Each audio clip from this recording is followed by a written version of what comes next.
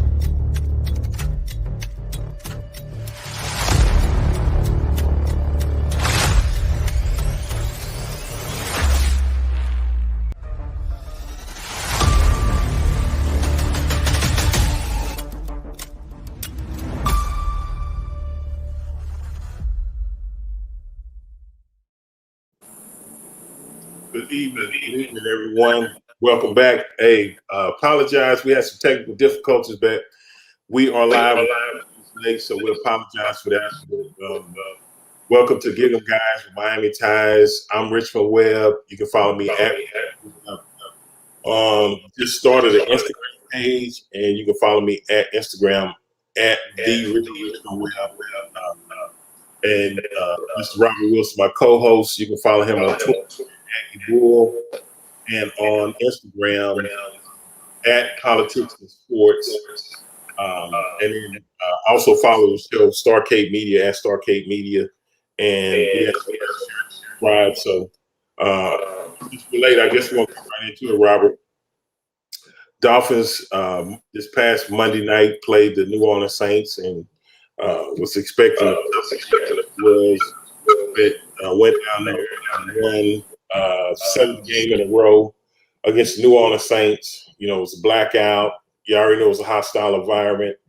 I saw their defense play against the Bucks the previous week before, and they shut out the Bucks with Tom Brady. So I knew we were up for a test, but man, our defense came and set the tone early.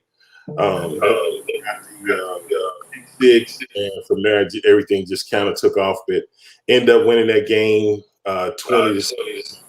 What do you think? 7 in a row, 8-7, we're above 500, and a lot of times for the Dolphins, the playoffs started 7 weeks ago or 8 weeks ago with the bye week. I mean, we were in a situation where we didn't actually make it, but in order to make it, we got to continue to take a game at a time.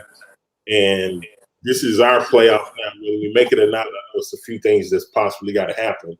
But approaching each game like that, I think we'll have a shot. So we'll just let the chips fall where they are. But how do you feel about the Dolphins so far and what we're doing and where we at and all that? Man, I think it's a testament to our coach and his leadership. I think he's doing a great job of the one game at a time, one practice at a time, one play at a time. The Belichick type of stuff, and it's coming out in the players. Tua had an interview where he said the players are now hanging out away from the deal like we did at the park down in Sunland Park with Big Max. Yeah. But he said the players are gelling together, and when you get that kind of cohesiveness, man, that can be scary on the field. Yeah, and you bring up a great point. The fact that you even mentioned the coach, because I'll say 8 weeks ago, a lot of people were calling for, Coach Flores' job. We want to get rid of the general manager.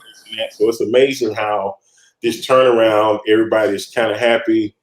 What's personnel, and for 2 months, been riding the streets. And I think, like you said, the Dolphins set a record, and I saw it on Twitter. I was tweeting Monday night. They're the first team to lose 7 games and turn around and win 7 games in the same season. So, testament, like you said, to the coaching, guys buying in, not just for the season. and continuing to take it one game at a time. So this was Yeah, it was a you know, some of the stuff that we talked about pregame came out, like getting the ball out, you know, and that came into question early in the game, and I was like, man, I said that, you know, when Tua had, you know, I hate for him to get into that running for your life mode, you know, and he's you know, and this is what I say because a lot of people hard on Tua, and I even listened to Colin Cowherd came out. You know, he's not a Tua fan. That's fine. Everybody's not gonna like you, but for some reason, he just seemed like he has it out. Funny, you really watch when he drops back, and sometimes the time that he has to get the ball out, and I think he even tweeted Monday night about 1.4 seconds or something like that. I think he had a tweet like that. But the way he sets up in the pocket, gets the ball out, and avoids a lot of times the guy gets beat right away. So he makes it look as if the protection is a lot better than what it is. But a lot of times he gets criticized when he make a throw this or if things don't go well, they'll say he's just doing quick little dump passes and that. A lot of that is because we have and so if you really watch the game, I think people are starting to see that now and not just looking to point the finger at him. He's never called out the offensive line or anything. He puts a lot of responsibility on himself. He's an accountable person. I think that's why teammates love him, and that's why I think. I'll run through some of the stats and stuff like that, but the Dolphins won 33. Total yards, Dolphins had 259 yards. Saints had 164. On third down efficiency, the Dolphins were 5 of 15. The Saints were 0 for 12. So that's a testament to our defensive plan. Turnovers, we had one. You know, Tua had the bad pass, but he had to step. It was a bad pass. We're gonna have some bad plays, but even though he threw back and continued to gather his form, didn't go in the tank and continue to play. But you know what? Go ahead. One thing that jumped out at me that I wasn't, you know, I wasn't paying too much attention to it, but it was the offensive plays and the way that he calls them and the way that they, you know, I'm talking to JB, right? I'm not talking to JF right here. The way that they bring Waddle in full speed motion, you know, and go behind the running back in another motion, you know, back across the formation, and, you know, and all that stuff, man. For that offense, what ended up happening? It frees up those tight ends, down the middle, you know, and you know if we can get some kind of play action going, it's going to be dangerous, you know. Yeah, we got a question from my man Ennis. How you doing? He says, "Do y'all think Tua need to make the playoffs to make them change it?" Great question, Ennis. The way I look at it and the way I perceive it, Tua don't make the playoffs. I think what people need to realize, win as a team as you lose as a team. I think he's played well enough for us to make the playoffs, but I think we still have some issues to address. And when I say that, that's the offense.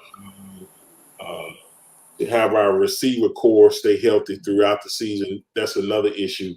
But the main factor is we got to protect him better. If we protect him better, he's shown he's had the skill set to go out and we can really stretch the field and stuff like that. But got to have time.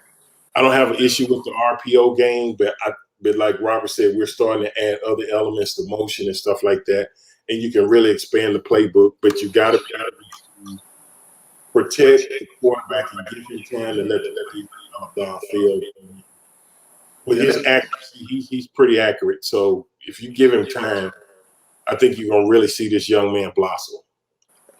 You got anything? I did see one time where they ran an RPO and whoever it was for the Saints treated Tua like a running back and damn near killed him. Yeah. you know, I was like, he tried to run for the first down, and That I guess he said this ain't the Jets. You know, he ran over that guy with the Jets, and the guy said, "No, that guy with his film." He said, "No, you're not gonna do to me what I saw you do last week." So, yeah, you're right about that. So. But then the coach's leadership and the how that's trickling down in the tour, because it's like Coach Shula, rest his soul, and Keith Sims, that kind of relationship. Yeah. Keith would be the first one. He get pissed off in games that hey, we can run the football, and it wasn't a secret of we can kill these guys football. So he was that voice that to convey what we wanted to do. I tell people all the time, even when we were brought there to protect Dan and what he did and great passion. And a lot of times we were criticized for not being football, but we was gonna throw it. And I think that's what that we was brought in to change. We brought in to so he could continue to do the things that he had we got there. So, that's a great point there. I kind of had to keep things close. Those moments sometimes to some of that there. In time position, he had the ball 30 minutes, 56 seconds, almost. Saints had it for 20 minutes, 4 seconds. We had 86 yards rushing. Saints 83. But and I'm cool with that. I knew it was going to be a tough game. The Saints were kind of in the same position as far as trying to make the playoffs, this and that. And the other thing I was going to bring up is how crazy is COVID. Ian Book, the rookie, ended up starting. Taysom Hill, not passing COVID protocol, this and that. As each week continues, it shows how much you really affect lose a couple of your key players. A couple of weeks ago, Jalen Waddle was out, and a few other guys. So it hits you at the right time. Really look at it. It's really crucial. So, but I'm glad we got the win. Man, that defense is just amazing. And the thing I was gonna say, I almost lost my track of mind, but we played against a rookie quarterback, but the way they went at him, they made him look like a rookie. I think Ian Book could eventually be a decent quarterback, this and that, but they made him make rookie mistakes by putting pressure on him, showing him different fronts, and the way we put pressure and put all the guys up on the line, zero coverage, this and that. And sometimes they drop out, sometimes they don't. It's a guessing game. But if you guess wrong, sack or interception, this and that. So that's that old chess game. Man. That's that whoever takes the first night or whatever, it's just whoever makes that first move that makes the offense or the defense react in a certain way, in the way that they want them to. And that's what I thought we possibly would see from our defense against Mac Jones, and also when we played Jacksonville. When we played against Jacksonville, we didn't really go after their quarterback like I thought we should. So, but we're in a rhythm now, and it's a totally different defense. And man, it's exciting to watch. I enjoy interacting with the fans on Twitter during the game, this and that, and going back and forth. And it's almost like being at a sports bar or something, watching the game, this and that. So Tua went 19 of 26, 198 yards. He had one TD, one INT, and we talked about that a little bit earlier. I think the thing that I think everybody wants to see now is not only continue to win, but Jalen Waddle. I mean, he had 10 catches for 92 yards, but I think he's 5 or 6 catches from breaking the rookie reception record, which Anquan Bolden holds. I think it was 101 that Anquan Bolden had, so he only needs 5 or 6 more catches, and we have 2 games. So I'd love to see him get that along with us, continue on this win streak. And the Dolphins defense, I can't say enough about them. Scored a TD, 8 sacks, 2 interceptions. The way they played was just impressive. And it's been so consistent and so continuous that, it's got to be an area of concern for offensive coordinators trying to plan how you going to, attack this defense or whatever. And, they show you different fronts. When you got 2 shutdown corners and the way we use our safeties and stuff like that, it's just, man, they're in a rhythm. And then Agba, man, we need to pay that dude. He's causing pressure. Jalen Phillips, production all over the field. And I tell you what, I saw during the game, I was watching the game, and Alex Kamara was going off the field, and Wilkins grabbed his towel. And I thought about the '88 Cotton Bowl when we were playing against Notre Dame. And you weren't there for that one, was Bull? No, that was I came in next year. He was playing against Notre Dame. Tim Brown, he's Heisman Trophy winner, and Chet Brooks told one of the 12th men, said, "Hey, bring me Tim Brown towels." When they tackled him and got him down, and he grabbed the towel and went running to the sideline with the towel and bring it to Chet. And Tim Brown got up and chased him and tackled him, and he ended up getting put out the game. But we won the game. But that's the first thing I thought about when Alex Kamara went back and pushed Wilkins in the back of the head. I was like, it just brought back memories. So I thought that was funny. But yeah, I saw it live on TV. We're going to war. You chopping up real bad. Oh yeah, that sounds much better. I don't know what happened, but yeah, it was chopping up real bad. No, I was saying, I was like, once that happened during the game, watching the game live as a high school senior, I was like, okay, they're going to war from here. Yeah, and I remember when your class came in, it was pretty impressive. Several guys from that class played as freshmen. Pup stand out. So it was just, that was a great class that Coach Sherrill brought in. Okay. Tough matchup the last 2 weeks. What do the Dolphins need to do in order to beat both the Titans and the Patriots? Well, I'll say first, the first thing we need to do is just focus on the Titans for this week. The thing that really stood out in my mind was we were playing the Titans, but we were playing against Ryan Tannehill. And I think a lot of time when a guy has played for a team and then he leaves and go to another team and he plays against a team he's with, it's like it's an extra incentive that you want to play well and you want to beat that team. So if the defense can get after Ryan Tannehill and kind of frustrate him and cause him to make some mistakes, this and that, I believe Eric Henry is still out. So that's definitely a blow to their running game. And that's the way they were kind of designed, real heavy with the running game with Derrick Henry, and then, let Tannehill hit you in spots with the passing game. But find a way to disrupt Tannehill and his timing and this and that. And I think that's what we need to be focused on.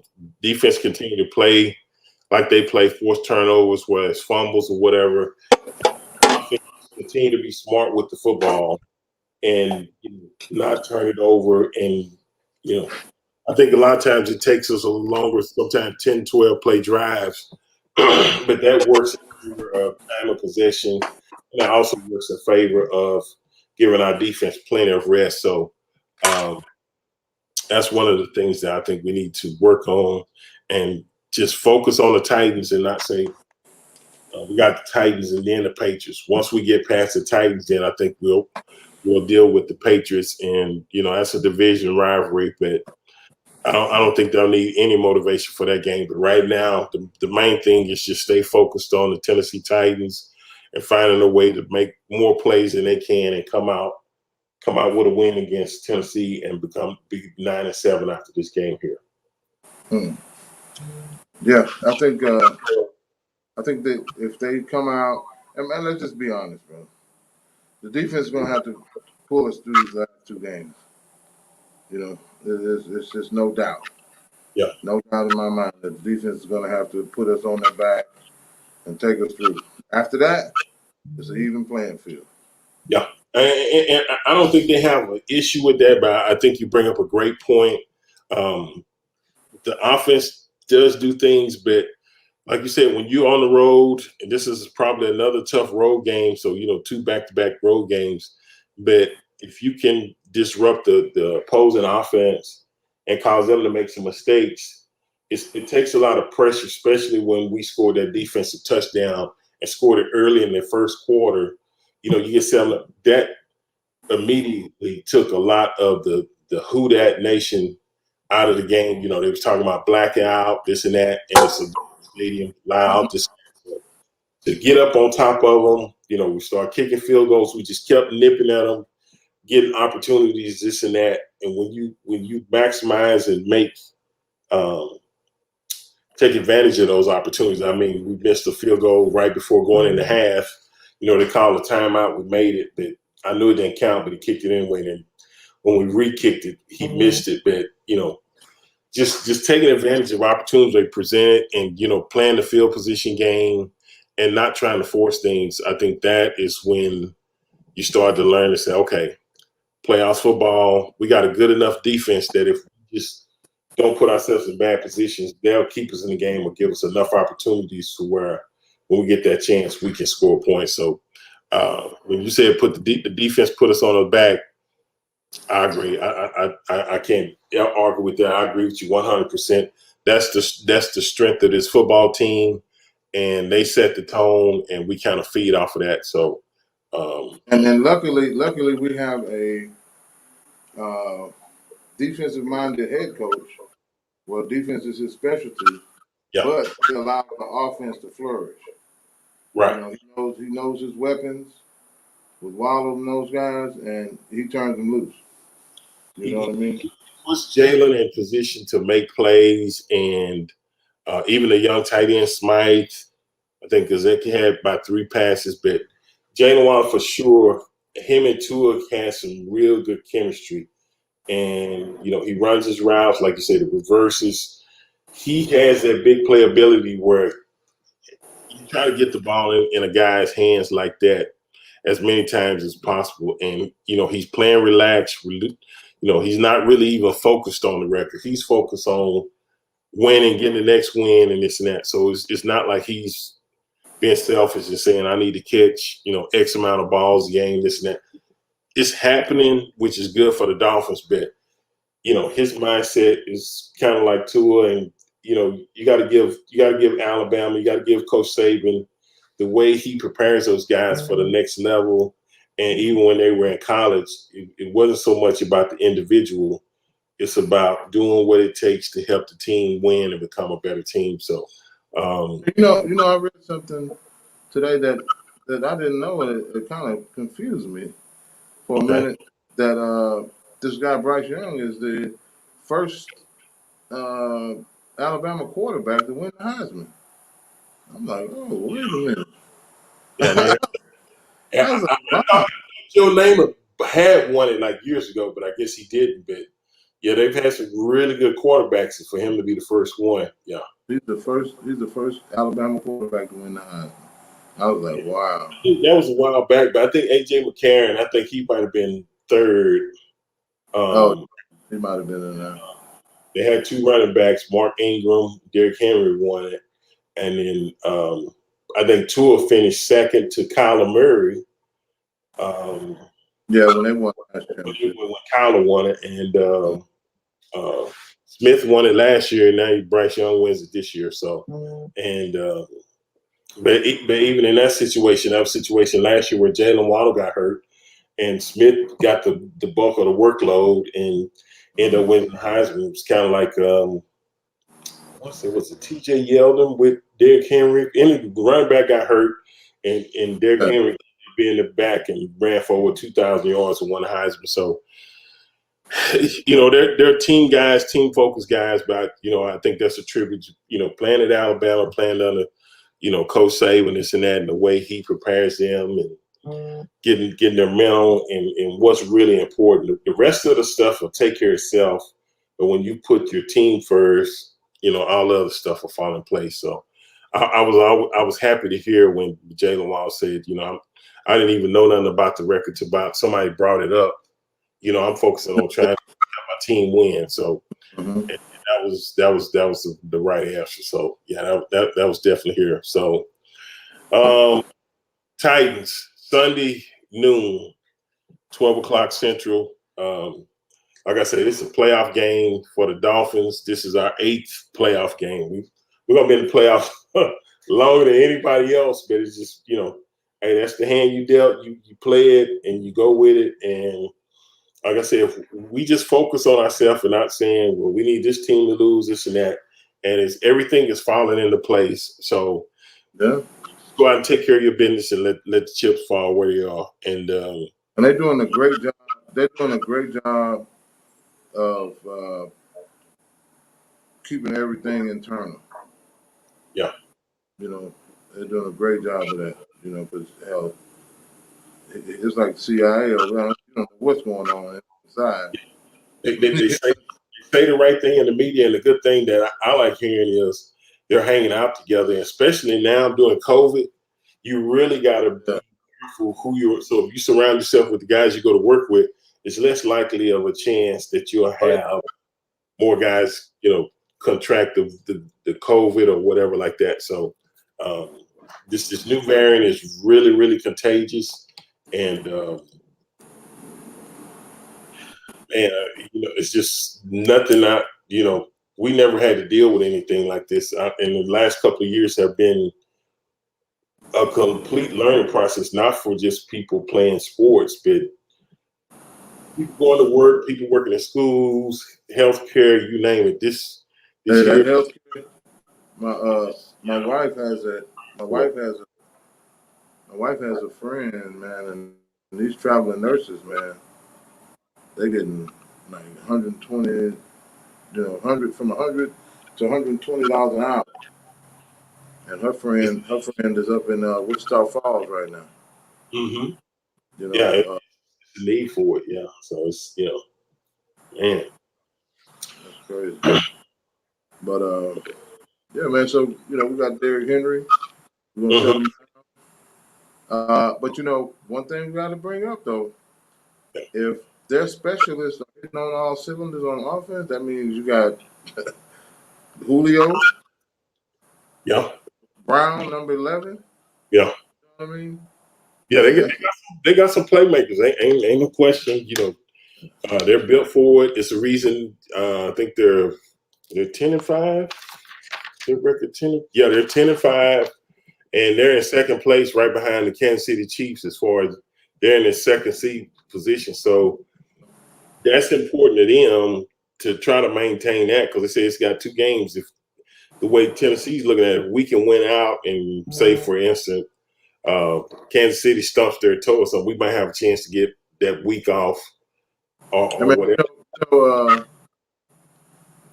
This is another one of Jimmy Johnson's deals.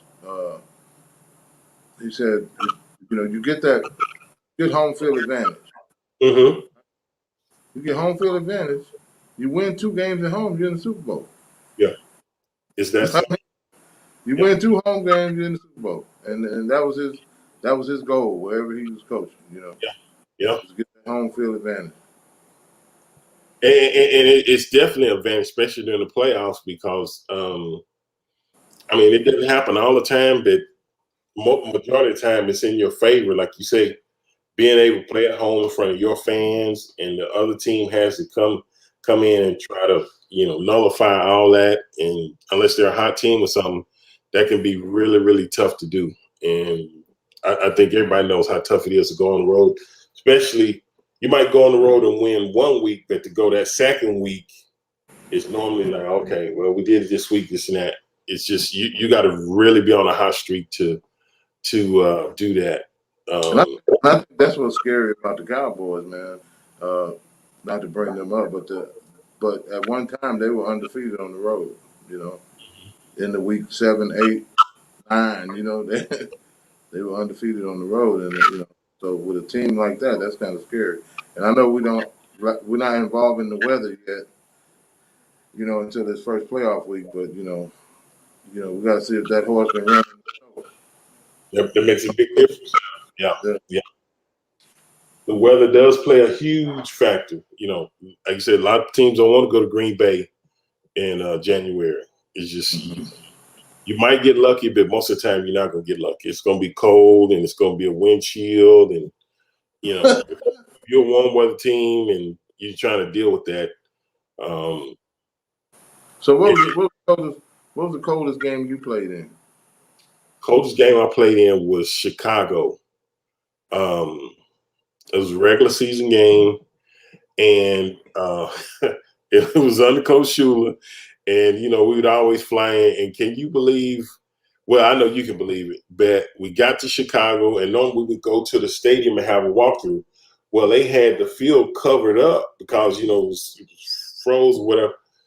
Coach Shula had them pull that tarp a little bit where we could get our walkthrough in. I was like, man, it's cold out here. But that might have been my second year in the league, something like that. But man, that was cold. And I think what made Chicago so bad is you got that wind, and there was a river right by the stadium. So that wind would just pick up that moisture, and that wind would just swirl through the stadium. And that was the coldest game that I remember playing in. Buffalo was a cold game, but that Chicago stood out in my mind. Well, mine was Chicago as well. December 22nd, 1991. Ooh. So, man, we went first of all. They had a broth out there. Keep on. That was the soup they had. Oh, they had the little. You know how they had the little broth, the little soup. That was froze. So we went out there to warm up. That was froze. And man, I told one of my sons the other night. I said, man, I ran up and down that field 5 times. Yeah. 5 100-yard dashes. Stopped. I stopped and I felt nothing. No blood flow. Nothing changed. So I went back in the locker room. I was like, well, it is what it is at this point, man. Okay, got a question. Do you think having a home field in Florida put you at a disadvantage when you play cold away games?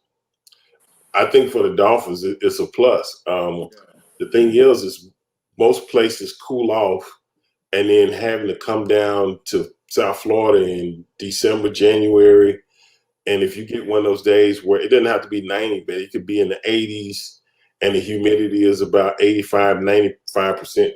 Those guys sweat profusely, and a lot of guys end up cramping and stuff because their body can't adjust to the humidity stuff down there. So the heat and humidity. The heat and humidity, and it would tell most of the time. They would be good for about 2 quarters. By the time that third quarter, guys start falling off one by one by one. So, but if you check the Dolphins' schedule for September, it's damn near undefeated. Yeah. Because if they got 3 home games, you can chalk those up because people coming from up north, like the New England and Jets, they come down there, man. The heat is still in the 90s on the field or whatever. Yeah, that was a tough road to hold.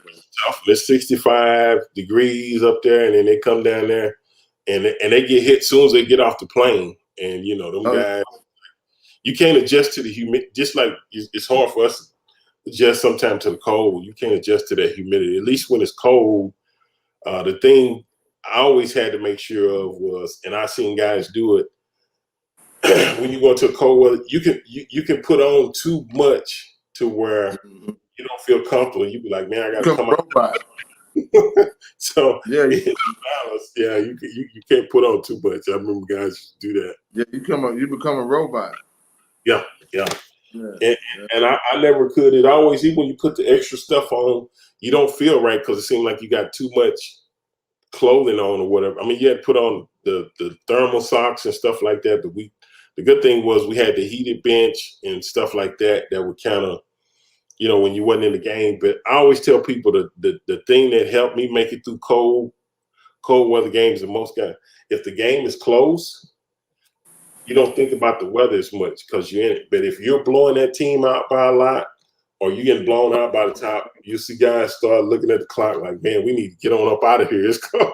So that is fun. I kind of thought about that, but I told somebody that one time. But I guess the last thing we talk about is college football playoffs. We've had I don't know if you heard, but UCLA. I believe it was UCLA dropped out the game at 3:30. They're supposed to play at 8 yesterday due to COVID. Mm-hmm. So I think they're supposed to play NC State or whatever. So I know the people at NC State. I think it was NC State. But anyway, it left a bad taste in the opponent's mouth. But they was just saying due to COVID, they didn't. The players, it just wasn't safe, this and that. So several teams have had to make adjustments. But I'm definitely looking forward to. I guess that'll be Friday. Bama plays Cincinnati and Michigan plays Georgia, and getting this college football playoff thing kicked off. I'm looking forward to watching those games there. Hey man, I did see where I think it's the Big Ten. They're reevaluating their rules on forfeiting bowl games. Okay. You know what I mean? Because somebody went in an uproar about not playing or not being able to play and what that means to the kids and the school, and of course the money comes up, and not that you putting COVID versus money, but like these kids are already there, practicing and whatnot. Yeah. When I read the story today about UCLA pulling out, that's tough because you done did your pregame meal. You getting ready to head to the stadium, and then you find out you're not playing that day. I think if you're not going to play, you need to make a decision. Try to make a decision earlier than that. I understand you want to try to play, but you can't play around with that. So it's better to say pull out a little early and give the bowl committee or whatever a chance to find another opponent than to wait till the last minute and say, oh, we ain't going to be able to do it. I think that's hard on the kids that you're playing against, but also your kids because they're looking forward to, playing. You attend the functions, this and that with the different teams, and you want to see how you match up against them. Yeah, listen, and this is what me and your good buddy Mutt Dog Ransom was talking about. Is that when, as soon as they announced the bowl games, man, people started spending money on hotels and flights. Ain't no question. As soon as they got an inkling of what this bowl was going to be and who they're going to be playing, that set them off. Especially for the senior kids. Yeah. Is it motivation factor or just matchups is why the SEC is getting blanked this bowl season? I hadn't kept up with their record, but they must not be doing pretty well in the. I seen Auburn lost to U of H. I did see that, but I hadn't seen the other schools. So yeah, hopefully we have a little turnaround in this college football playoffs. We got Georgia playing Michigan, and we got Bama playing Cincinnati. So hope they can kind of redeem the SEC a little bit. And Georgia lost to University of South Florida. I saw that because they was about to get into a fight after the game or whatever. So, man, they're coming up. I'm glad Noah brought it up. Texas Tech beat Mississippi State, and with so it hasn't been fashion. We have been getting blanked, but hopefully we can redeem ourselves these last two. So we'll have to see. But The irony of that game, Mike Leach coaching Mississippi State, and and Texas Tech had 50 of them. he said Texas Tech still owes him money. They hadn't paid him, so that just added fuel to the fire when you come out like that. So I was like, oh man. So you should go ahead and write that out. Mizzou lost to Army and Texas Tech. Mississippi State. Oh, yeah, Mizzou lost to Army. Mississippi State lost to. Yeah, I saw those. Yeah. So we got to tighten up, Noah. I appreciate you bringing that to our. Damn, Noah, you calling us out, man. He must be riding with the Big Ten or something. We gotta check on Noah, man. Noah calling out the SEC like that, man. You and the Texans have come in, man. What's that? He brought the stats up for us. He said, "Okay, y'all don't remember. I'm gonna put it right here in front of you." So now we're gonna redeem ourselves. We're gonna redeem ourselves. But other than that, that's it, man. Any closing remarks other than definitely we gotta man. I had so much fun listening to James Howell, Chief Sports Talk last night. Man, y'all go watch this young man's show. He's going to post his stuff up there, how you can follow him on Twitter, this and that. But, man, I got a great idea, and I was going to get with you, but we didn't have time. But they came up with they're going to have a giveaway with, I guess once they get 400 likes or something like that. So I thought about, maybe we can come up with an autograph picture or something. I just got to get with James to see how do you randomly select it, because you always want something like that to be fair. But, when people take time to listen to you, sign a little. If it's live, you can pick somebody off the feed. Yeah, it's just I think it's good to just give them away, because people take time to sit back and listen to you and talk and listen to our opinions and this and that. And I love interacting with them on Twitter. You do too, and this and that. I thought that was a great idea. So I just hadn't had a chance to talk to them, but I was going to mention it to you. But might as well mention it while we live. But we'll come up with something. But I thought that was a good thing to come up with a little giveaway or something like that, because people really appreciate that, and they'll post and stuff like that. So other than that, just getting ready for the Dolphins. Ready for them to show out, and then just like, share, and subscribe to the show. Noah got another one. As a past first team with Dan Marino, do you feel playoff push late in the year was tougher for teams like yours as opposed to strong run first teams? I think it's tougher when I think the thing that makes it easier is if you in a rhythm, or you get on a streak, kind of like the Dolphins now, because your confidence just soars through the roof. But if you get to like December and you win a game and you kind of lose a game and you're not hitting on all cylinders, I think that's when it's tougher. You don't want to go in the playoffs like that. I can remember, I want to say it was maybe 94 seasons. It was something like that.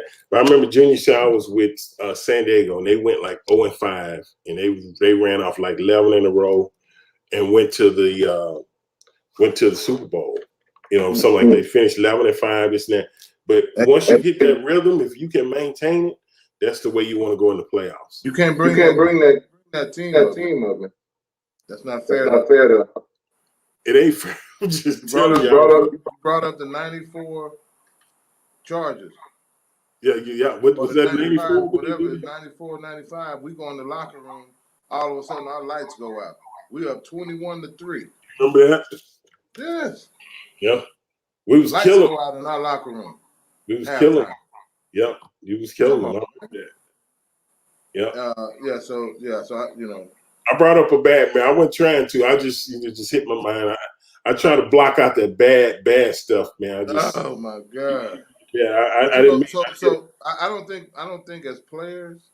Yeah. The game went how it went, and it was going to do that anyway. But as players, I don't think we said enough about stuff like that happening. It definitely happened, and we definitely didn't say anything about it after the game. I don't remember anything like that. That's what I'm saying, and because the game was so emotional itself, man. And that happened. I want to say, was it Pittsburgh playing at New England, and their headsets or something? It was a team playing and their headsets stopped working up there or something. Mm-hmm. We interviewed you several years ago down in Houston, Richmond. Yeah, it should finally be coming out. Okay, cool. Please let me know, and let's get that posted on Twitter. And man, I think people will definitely enjoy that. So we'll definitely help get the word out with that, Noah. That's awesome there. So I remember that they came down, and that's how I met Noah and the crew, and had a great time and did the interview right there in the Woodlands. They came down, and so definitely we definitely want to help you get that out. And then Robert, how you coming on your book? Tell us about your book. I keep forgetting we need to bring it up. Well, thanks for asking. It's now I had to re-edit it. Okay. You know, some areas I went completely off the cliff. Okay. So I had to get it re-edited, and now it's Shanidra Wagner, the same young lady that helped me get it started. Yeah. She re-edited the book, and now I'm going to get ready to put it back on Amazon. Okay. Yeah. Well, keep us up. We'll keep bringing it up. We're gonna keep that pressure on you because we need it out there. We're waiting to read out. Oh yeah, there's no doubt it's coming, but it's gonna raise some of these conversations, man. That the questions that need to be asked about what's going on and what's not going on. Yeah. Just bring it to the forefront. But other than that, I don't have anything else other than let's take care of these Titans on Sunday. Let's keep it rolling. I'll be looking for my Twitter family, my Dolphin family on Twitter. I know they'll be locked in, and let's start the new year out with a dub. Sounds like a plan.